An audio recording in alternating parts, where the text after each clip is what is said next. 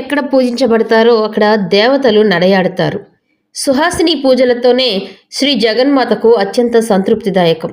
దశ సహస్ర Suhasini పూజగా Guinness world రికార్డులో శ్రీశక్తి పీఠంకు స్థానం. భారతదేశంలోనే శ్రీ పాతాళ వారాహిదేవి ఏకైక క్షేత్రం శ్రీశక్తి పీఠం. సనాతన ధర్మంతోనే ధర్మం రక్షించబడుతుంది. శ్రీశక్తి పీఠాధీశ్వరి మాతాజీ శ్రీ రమ్యానంద భారతీ స్వామిని తెలియజేస్తారు.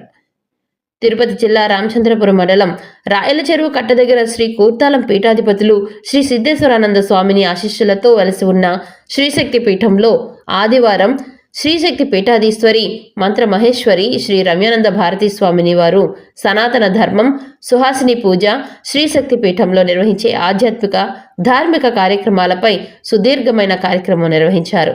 ఈ సందర్భంగా ఆమె తన ప్రవచనాలను సందేశాలను అందించారు. హిందూ ధర్మంలో అమ్మాయి పుట్టిన నాటి నుండే బాల పూజ కుమారీ పూజగా గౌరవించే మహత్తర సంప్రదాయం ఉంది. వివాహానంతరం మహిళను సువాసిని పూజగా, సంతానం కలిగిన తరువాత సంతాన లక్ష్మి స్వరూపంగా, మాతృత్వం పొందిన మహిళను మాతృపూజగా భావించి అత్యున్నత గౌరవం అందించడం మన సనాతన ధర్మ ప్రత్యేకత. శాస్త్రోక్తంగా లలితాదేవికి అత్యంత ప్రీతికరమైన పూజలలో సువాసిని పూజ ఒకటిగా పేర్కొనబడింది. సువాసిన్యర్చన ప్రీత అని అమ్మవారిని స్తుతిస్తారు. సువాసిని పూజతో జగన్మాత అత్యంత సంతృప్తి చెందుతుందని ఆగమ శాస్త్రాలు స్పష్టంగా తెలియజేస్తున్నాయి. శ్రీశక్తి పీఠంలో నిర్వహించబడుతున్న సువాసిని పూజకు అపారమైన ఆధ్యాత్మిక మహత్యం ఉన్నది. 2019వ సంవత్సరంలో 1000 మందితో ప్రారంభమైన ఈ మహాయజ్ఞం నేడు 10,000 మందితో నిర్వహించబడి దశ సహస్ర సుహాసిని పూజగా గిన్నిస్ వరల్డ్ రికార్డ్స్లో స్థానం సంపాదించింది. అంతేకాక వరల్డ్ రికార్డ్స్ యూనియన్ నుండి కూడా అధికారిక గుర్తింపు పొందడం గర్వకారణం. ఈ శ్రీశక్తి పీఠంలో భూగర్భ పాతాళంలో శ్వేత వారాహిదేవి కొలువై ఉన్నారు. భారతదేశంలో వారణాసి తరువాత పాతాళ వారాహిదేవి ఉన్న ఏకైక క్షేత్రంగా ఇది విశేష ఖ్యాతి పొందినది. వారాహిదేవి ప్రక్కనే సింహముఖంతో ప్రత్యంగిరాదేవి పాతాళంలో దర్శనమిస్తారు. పై అంతస్తులో మరకత వర్ణ కాళీదేవి భక్తులకు దర్శనమిస్తూ ఆధ్యాత్మిక శక్తిని ప్రసాదిస్తూ ఉన్నారు. అలాగే శ్రీ మరకత సిద్ధేశ్వరి స్వామి దర్శనం ఈ పీఠంలోని మరో విశిష్టత ఆకర్షణ. కొన్ని శతాబ్దాలుగా హిందూ ధర్మంపై అనేక దాడులు జరిగినప్పటికీ సనాతన ధర్మాన్ని ఎవరూ నాశనం చేయలేకపోయారు. ధర్మానికి అవసరం వచ్చిన ప్రతిసారి శ్రీకృష్ణ పరమాత్మ అవతరించి రక్షణ కల్పించినట్లు చరిత్ర సాక్ష్యంగా నిలిచింది. ఈనాటికి హిందూ ధర్మంపై ఎలాంటి దాడులు జరిగినా ధర్మ రక్షణ కోసం శక్తి సేన సైతం దృఢంగా స్పందిస్తూ నిలబడుతున్నది. సనాతన ధర్మ పరిరక్షణ, మహిళా శక్తి మహిమను చాటి చెప్పే ఈ దివ్య కార్యక్రమాలు సమాజానికి మార్గదర్శకంగా నిలుస్తున్నాయని నిర్వాహకులు తెలియజేశారు. ప్రత్యేకతను చాటి చెప్పటమే శ్రీశక్తిపీఠ లక్ష్యంగా. ఒక్క మాటలో చెప్పాలంటే to the women, for the women, by the women. ఆ సంకల్పంతో మనం ముందుకు వెళ్ళటం అనేది జరుగుతూ ఉన్నది. గిన్నిస్ రికార్డు అనేటువంటిది ప్రపంచవ్యాప్తంగా ఎలా ఉంటుందంటే, ఏ గొప్ప పని చేసినా ప్రపంచవ్యాప్తంగా తెలియాలి అని అంటే ఒక గుర్తింపు కావాల్సి వస్తున్నది ఇవాళ ప్రపంచంలో.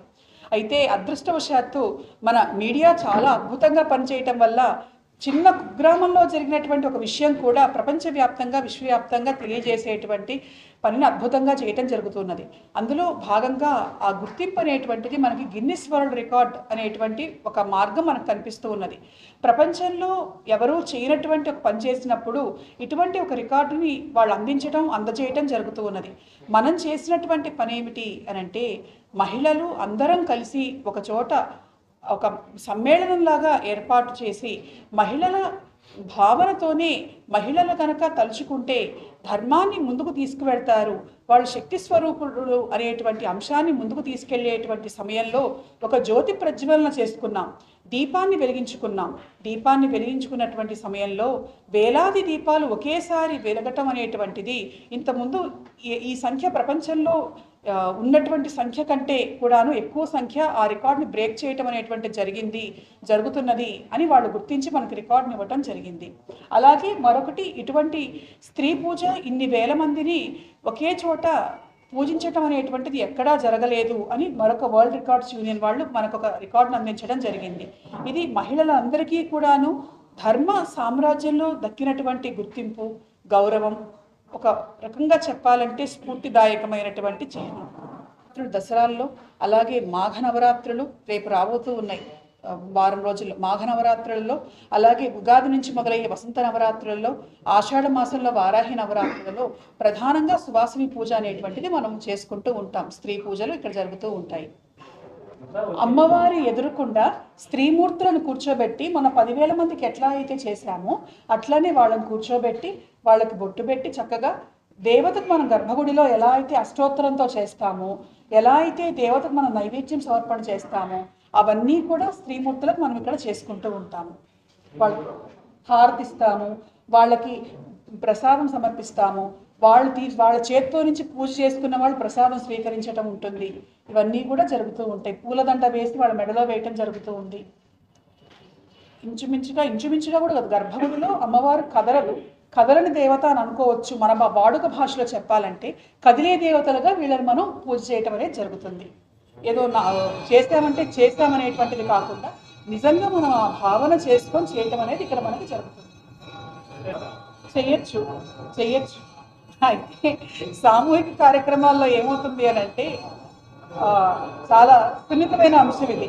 చేయించాలన్న కోరిక నాకు ఉన్నది, కానీ సాధారణంగా ఏంటంటే యాక్సెప్టెన్స్. ఇప్పుడు ఆడవాళ్ళు పూజ చేసినప్పుడు పొరపాటున చేయదగిలినా, పొరపాటు కావాలని చేయకపోయినా ఇబ్బంది ఉండదు. అలా ఎటువంటి రిజర్వేషన్స్ కానీ ఏమన్నా చిన్న ఇబ్బందులు, సున్నితమైన ఇబ్బందులు కూడా జరగకూడదు అనేటువంటి ఉద్దేశంతో జాగ్రత్తలతో జరుపుతున్నాం ఆ కార్యక్రమం. అది కూడా చెయ్యాలి అనేటువంటి సంకల్పం ఉన్నది. అందుకని ప్రస్తుతం ఎంతవరకు అని అంటే చిన్నపిల్లలు, మగపిల్లలతో తల్లులకు మాతృపూజ అనేటువంటిది చేయించటం అనేది చేస్తూ ఉంటాం మనము. మన పీఠానికి సంబంధించినటువంటి విభాగాలు చాలా చోట్ల త్వరలో రాబోతూ ఉన్నాయి. ఇక్కడ ప్రధాన కేంద్రంగా మనం ప్రారంభం చేసుకున్నాం. హైదరాబాద్లో రాబోతూ ఉన్నది, అలాగే ఆంధ్రప్రదేశ్లో కూడా కొన్ని చోట్ల రాబోతూ ఉన్నది. అవి కన్ఫర్మ్ అయిన తర్వాత నేను చెప్తాను. అయితే ఒక్కటేమిటి అని అంటే ఇవాళ మేము ఒక సంకల్పం అనుకున్నాం. కేవలం మేము కట్టేటువంటి పీఠ విభాగాలు మాత్రమే కాకుండా ప్రతి ఇల్లు కూడా ఒక శక్తి పీఠం కావాలి. అంటే ఎవరి ఇంట్లో వాళ్ళు సులభంగా శక్తిని ఆరాధించేటువంటి విధానాన్ని, స్త్రీని పూజించేటువంటి విధానాన్ని మన పీఠం ద్వారా మనం అందించుకోవటం జరుగుతూ ఉన్నది. దాడులు ఎప్పటి నుంచో జరుగుతూ ఉన్నాయి, ఇవాళ జరగటం కాదు. ఎన్నో శతాబ్దాలుగా జరుగుతూ ఉన్నాయి, ఎన్నో యుగాలుగా కూడా జరుగుతూ ఉన్నాయి.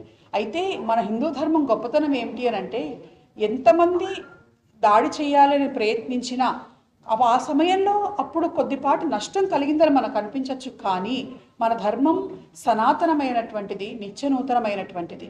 పరిస్థితులు వస్తూ ఉన్నప్పుడు మనకి కృష్ణ పరమాత్మ చెప్పినట్లుగా అవసరమైనటువంటి వేళ ఆయన అవతరిస్తాడు.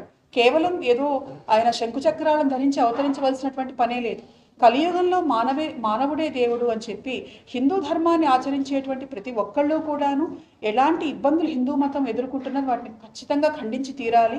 ముఖ్యంగా నేను ఉన్నటువంటి ఈ స్థానంలో ఎక్కడైనా ఎప్పుడైనా సరే అటువంటి సంఘటనలు జరిగితే ఖచ్చితంగా మన పీఠం నుంచి పనిచేస్తున్నటువంటి శక్తిసేన అనేటువంటి విభాగము, దానికి సంబంధించినటువంటి చర్యలు వారు చేపట్టడము, దానికి సంబంధించినటువంటి కార్యాచరణ చేయటం అనేటువంటిది జరుగుతూ ఉన్నది. శక్తిసేన అంటే మన శక్తిపీఠం ప్రధానంగా పెట్టుకున్నటువంటి సంకల్పం. సరే, అలౌకికంగా ఇక్కడ వచ్చేటువంటి భక్తుల కష్టాలు బాధలు తొలగించడంతో పాటుగా మంత్ర మార్గంతో అందరూ కూడా ముందుకు వెళ్ళటం, ప్రత్యేకంగా మహిళలు ముందుకు వెళ్ళటం, అందులో భాగంగా శక్తిపీఠం ఆశయాలు ఏవైతే ఉన్నాయో ఈ శక్తిపీఠాన్ని విచ్చేసేటువంటి భక్తులందరూ కూడాను ఆ ఆశయాలు ముందుకు తీసుకువెళ్ళటం కోసం ఒక విభాగంగా శక్తిసేన అనేటువంటి ఒక విభాగాన్ని ఏర్పరచుకున్నాం. ఈ శక్తిసేన అనేటువంటి పేరు కూడా మేము కొత్తగా పెట్టుకున్నది కాదు. లలితాదేవి చరిత్రలో భండాసుర సంహారం జరిగినప్పుడు అమ్మవారు శక్తిసేనను మొదటగా ఆమె సృష్టించింది. తన శరీరంలో నుంచి కోట్లాది మంది స్త్రీమూర్తులను సృష్టించి రాక్షస సంహారానికి కారణమైంది. అలా అధర్మాన్ని ఎదిరించడానికి, ధర్మ సంస్థాపన కోసం, ధర్మ పరిరక్షణ ధ్యేయంగా ఈ శక్తిపీఠ ఆశయాలను ముందుకు తీసుకెళ్ళటం కోసం శక్తిసేనను మనం ఏర్పాటు చేసుకున్నాం. మన వాళ్ళందరూ కూడా అందుకు సంబంధించినటువంటి కార్యాచరణ చేయటం, దాన ధర్మ కార్యక్రమములను నిర్వహించటం అనేటువంటిది జరుగుతూ ఉంటుంది. 10,000 మందికి కూడా ఉచితంగా సువాసిని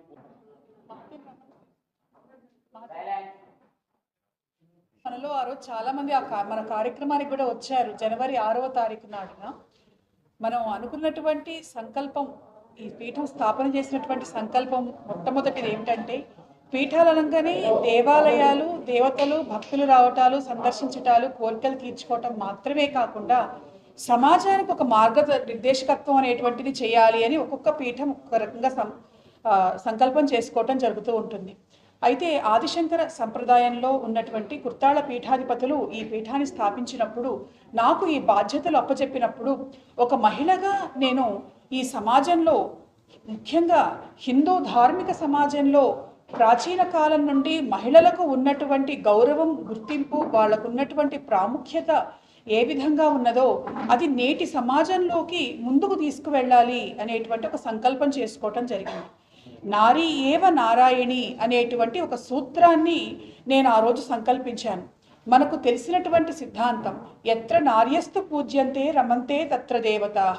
ఎక్కడ స్త్రీలు పూజించబడతారో అక్కడ దేవతలు నడయాడతారు, సంచరిస్తారు అంటున్నది మన హిందూ ధర్మం. అయితే ఏ విధంగా పూజించాలి, ఏ విధంగా గౌరవించాలి, ఏ విధానాల్లో ఆ పూజను ఆచరించాలి అనేటువంటి దగ్గర చాలామందికి అనేక సందేహాలు కలుగుతూ ఉంటాయి. స్త్రీలను పూజించమంటున్నారు, మనుషులను పూజించవచ్చా, మనుషులకు పూజ చేయొచ్చా అని అంటే, మన ధర్మం చెప్పినటువంటి మాట మానవ సేవే మాధవ సేవ, మానవులనే మాధవుడిగా భావించండి అని చెప్పినటువంటి సిద్ధాంతం మన హిందూ ధర్మాన్ని. అందులో ప్రధానంగా మహిళలను శక్తి స్వరూపంగా, దేవీ స్వరూపంగా భావించటం, వారిని పూజించటం మన సంప్రదాయం మనకు నేర్పించింది. పుట్టిన సంవత్సరం నుంచి కూడాను అమ్మాయిని బాలపూజ, కుమారీ పూజ, అలాగే వివాహమైనటువంటి స్త్రీమూర్తులను సువాసిని పూజ, సంతానవతులైనటువంటి స్త్రీలను సంతానలక్ష్మి పూజ, అలాగే పూర్వ సువాసులను కూడా మాతృపూజ, ధూమావతి స్వరూపంగా పూజించటం అనేటువంటిది మన శాక్తేయుల్లో కనిపిస్తున్నది. దాన్ని ప్రపంచవ్యాప్తంగా తీసుకువెళ్ళాలి అనేటువంటి ఉద్దేశంతో ఇక్కడ వేలాది మంది మహిళలకు మనం సువాసిని పూజా కార్యక్రమాలు నిర్వహించుకున్నాం. 2019లో మొట్టమొదటగా సహస్ర సువాసిని పూజ, 1000 మంది స్త్రీలకు పూజ చేద్దాము అన్న కార్యక్రమం సంకల్పించినప్పుడు 8000 మంది మహిళలు ఆ కార్యక్రమంలో పాల్గొన్నారు. అయితే పూజ 1000 మందికి మాత్రమే చేయటం జరిగింది. ఇక్కడ మన పీఠం స్థాపన చేసుకున్న తర్వాత మన పీఠ ప్రాంగణంలో 2000 మంది మహిళలకు, 3000 మంది మహిళలకు ఏకకాలంలో పూజ చేసుకున్నాం. పీఠం తరపున వారికి చీర, సారె అన్నీ అందించాం. అయితే చరిత్రలో ఏదైనా సరే ఒక స్ఫూర్తి రావాలి, మహిళా ధార్మిక సామ్రాజ్యంలో ఒక మలుపు అనేటువంటిది జరగాలి అనేటువంటి సంకల్పంతో 10,000 మంది మహిళలను ఒకే చోట చేర్చి ఆ 10,000 మంది మహిళలను శక్తి రూపంగా భావించి అర్చన చేయాలి అని దశసహస్ర సువాసిని పూజా కార్యక్రమాన్ని ఏర్పాటు చేసుకోవటం జరిగింది. మన వాళ్ళందరి సహకారంతో అది ఇంటికి కూడా ఆ సంకల్పం చేరింది. వేలాది మంది మహిళలు దేశ విదేశాల నుండి, వివిధ రాష్ట్రాల నుండి తరలి వచ్చారు. జనవరి 6వ తారీఖున అక్కడికి వచ్చినటువంటి ప్రతి మహిళ కూడాను మణిద్వీపంలాగా ఈ ప్రాంగణం భాసిస్తున్నది అని పులకరించటం అనేటువంటిది, ఎంతోమంది వాళ్ళ స్పందన తెలియజేయటం అనేటువంటిది జరిగింది. ఆ సమయంలో మొట్టమొదటగా మహిళలందరూ కలిసి దీపాలను వెలిగించటం జరిగింది. ఆ దీపాలు వెలిగించినటువంటి వేళ ప్రపంచంలో ప్రసిద్ధి చెందినటువంటి, గుర్తింపు పొందినటువంటి Guinness book of world records వాళ్ళు రావటం, ఇన్ని వేల మంది ఒకేసారి దీపాలను వెలిగించడం అనేటువంటిది వాళ్ళు ఒక రికార్డుగా పరిగణించి అందించడం జరిగింది. అలాగే మరొకటి, వరల్డ్ రికార్డ్స్ యూనియన్ వారు ఇన్ని వేల మంది స్త్రీమూర్తులకు ఒకే చోట పూజ చేయటం అనేటువంటిది ప్రపంచంలో ఇంతకుముందు ఎక్కడా జరగలేదని దాన్ని కూడా వారు ఒక రికార్డుగా మనకు అందించడం జరిగింది. ఇది స్త్రీ గౌరవాన్ని నిలబెట్టడానికి జరిగినటువంటి కార్యక్రమం. ఈ రికార్డులు ఏమైనా వచ్చాయి అనంటే కేవలం ఒక వ్యక్తికి పరిమితం మాత్రమే కాదు, 10,000 మంది స్త్రీలు సాధించుకున్నటువంటి సమిష్టి కృషికి చిహ్నంగా ఈ రికార్డులు అనేటువంటివి ఇవాళ కనిపిస్తూ ఉన్నాయి. అయితే అది మొదటి అడుగుగా భావించి ఇంకా మహిళలను ఈ కార్యక్రమాలలో వాళ్ళని భాగస్వాములను చేసుకుంటూ మన హిందూ ధర్మాన్ని ముందుకు తీసుకువెళ్ళాలి అనేటువంటి సంకల్పం మరింతగా చేసేటువంటి క్రమంలో ఈ విషయం మన మీడియా ద్వారా ప్రతి ఇంటికి, ప్రతి ఒక్కరికి కూడా చేరాలి అనేటువంటి సదుద్దేశంతో ఈరోజు ఇక్కడ ఈ కార్యక్రమం మన వాళ్ళు ఏర్పాటు చేయటం జరిగింది. మన వాళ్ళందరికీ, స్త్రీమూర్తులకి అమ్మవారి ప్రసాదం అందిందా? లేకపోతే ఇప్పుడు తీసుకొని వెళ్ళండి. ఆ రోజు వచ్చిన వాళ్ళకి చాలామందికి అందించాము. రాని వాళ్ళు ఎవరైనా ఉంటే ఈరోజు అందించడం జరుగుతుంది.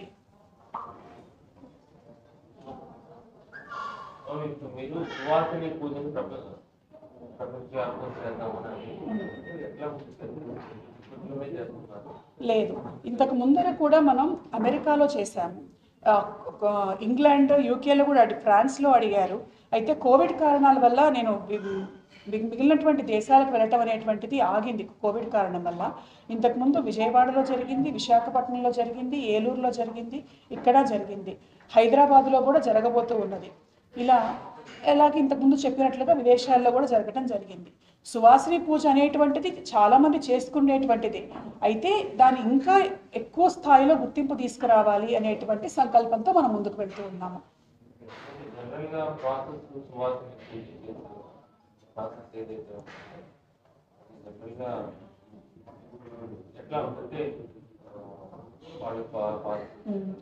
సువాసిని పూజ అనేటువంటిది లలితాదేవికి సంబంధించినటువంటి ఆమెకి ఇష్టమైనటువంటి పూజలలో ఒక విధానంగా చెప్పారు.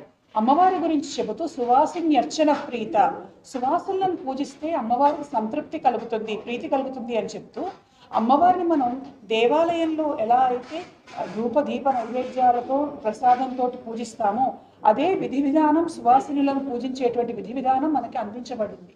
ఆ మార్గంలో ఇందాక నేను చెప్పాను, నారీ ఏవ నారాయణి అని. దేవతను ఎలా పూజిస్తామో అదే రకంగా వాళ్లకు అమ్మవారికి సమర్పించినట్లుగా షోడశోపచార పూజ, పసుపు కుంకుమ గంధం, పుష్పములు, చీర, నైవేద్యం పెట్టడం, ఇవన్నీ కూడా ఆ కార్యక్రమంలో భాగంగా ఒక ప్రత్యేకమైనటువంటి విధానం మనకున్నది. ఆ విధానంలో మనం చేస్తూ ఉన్నాం పూజా కార్యక్రమాన్ని. అయితే ఇప్పుడు మనం సువాసిని పూజ చేశాము. మామూలుగా అయితే చిన్నపిల్లలకు కూడా చేస్తూ ఉంటాం మనం బాల పూజ అని. వివాహం కానటువంటి స్త్రీలకు కన్యా పూజ చేస్తూ ఉంటాం. అలాగే సంతానం కావాలనుకున్నటువంటి వాళ్ళు, సంతానం ఉన్నటువంటి వాళ్ళను, తల్లి బిడ్డలను కూర్చోబెట్టి ఇక్కడ పూజలు చేయిస్తూ ఉంటాం. అట్లా ఏ దశలో ఉన్నటువంటి స్త్రీ అయినా పూజకు అర్హురాలే అనేటువంటి సంకల్పంతో మన పీఠ కార్యక్రమములన్నీ కూడా ముందుకు వెళ్తూ ఉన్నాయి. ఈ పీఠానికి సందర్శిస్తే ఏ విగ్రహాలు ఇక్కడ ప్రధానంగా మనకి దేవతామూర్తులు కనుక చూస్తే చాలా ప్రత్యేకమైనటువంటి మూర్తులు మనకు కనిపిస్తున్నారు. ఇటీవల విపరీతంగా ప్రాచుర్యంలోకి వచ్చినటువంటి వారాహిదేవి, ఇక్కడ భారతదేశంలో పాతాళ వారాహిగా అమ్మవారు 2 చోట్ల ఉన్నది. మొదటిది వారణాసి క్షేత్రంలో ఉన్నది, మళ్ళీ ఇక్కడ మన శ్రీశక్తి పీఠంలో మాత్రమే ఉన్నది. ఇక్కడ ఉన్నటువంటి భూగర్భ పాతాళ శ్వేత వారాహిని దర్శించుకోవటానికి లక్షలాది మంది ప్రజలు వస్తూ ఉన్నారు. అలాగే మనకి కుబేరస్వామి కనిపిస్తూ ఉన్నాడు. వారాహిదేవి పక్కనే సింహముఖంతో ప్రత్యంగిరాదేవి కనిపిస్తూ ఉన్నది. పాతాళంలో వారిద్దరూ ఒకే చోటు ఉండటం ఇక్కడే మనం గమనించవచ్చు. అలాగే పై అంతస్తులో మరకత వర్ణంతో ఉన్నటువంటి మరకత కాళీదేవి, మరకత సిద్ధేశ్వర స్వామి కనిపిస్తూ ఉన్నారు. ఈ దేవతలు ప్రత్యేకమైనటువంటి వారు మాత్రమే కాక, వీళ్ళని సందర్శిస్తే చాలు కోరికలన్నీ తీరుస్తారు, కష్టాలు పోగొడతారు అనేటువంటి విశ్వాసాన్ని దేవతలే ఇక్కడ ఉన్నటువంటి ప్రజలకు కలిగించటం, వాళ్ళకు కలిగినటువంటి అనుభవాల వల్ల అనతి కాలంలోనే వేలాది మంది, లక్షలాది మంది ప్రజలు ఇక్కడికి వచ్చి దేవతలను దర్శించుకోవటం అనేది జరుగుతూ ఉన్నది. ఇక్కడ మనకి మామూలుగా మనకి శాస్త్రోక్తంగా శాక్తేయ విధానంలో చెప్పబడినట్లుగా దేవీ దేవతలకు వాళ్ళకు సంబంధించినటువంటి పూజాకృతువులు శ్రీ సూక్తంతో, పురుష సూక్తంతో, అలాగే వాళ్ళ అష్టోత్తరాలు, సహస్రనామావళితో పాటుగా మన దగ్గర జరిగేటువంటి ప్రత్యేకమైనటువంటి మార్గం ఏమిటంటే హోమ మార్గం. ఈ దేవతలకు సంబంధించినటువంటి హోమములన్నీ కూడా ఇక్కడ జరుగుతూ ఉన్నాయి. ప్రధానంగా అమ్మవారి అవతారాలైనటువంటి దశమహా విద్యా రూపములు మనకున్నాయి. వెంకటేశ్వర స్వామి విష్ణుమూర్తికి ఎలా అయితే దశావతారాలు చెప్పబడ్డాయో ఆ అవతారాలకు కూడా మూలం అంటుంది శాక్తేయం, శక్తి అందరికీ మూలం అంటుంది ఆ దశమహా విద్యా దేవతలు. అలాగే ప్రత్యేకంగా దసరాలలో మనం ఇక్కడ అమ్మవారికి దశమహా విద్యా అలంకారాలు వేస్తాం. భారతదేశంలో ఎక్కడా కూడా వేయరు. మామూలుగా అయితే నవదుర్గా అవతారాలు కొన్ని చోట్ల వేస్తారు, గాయత్రి, అన్నపూర్ణ, బాల ఇటువంటి అవతారాలు వేస్తారు. కానీ మనం మరకత శక్తికాళి అమ్మవారికి దశమహా విద్యా రూపములలో అలంకారాలు అనేటువంటి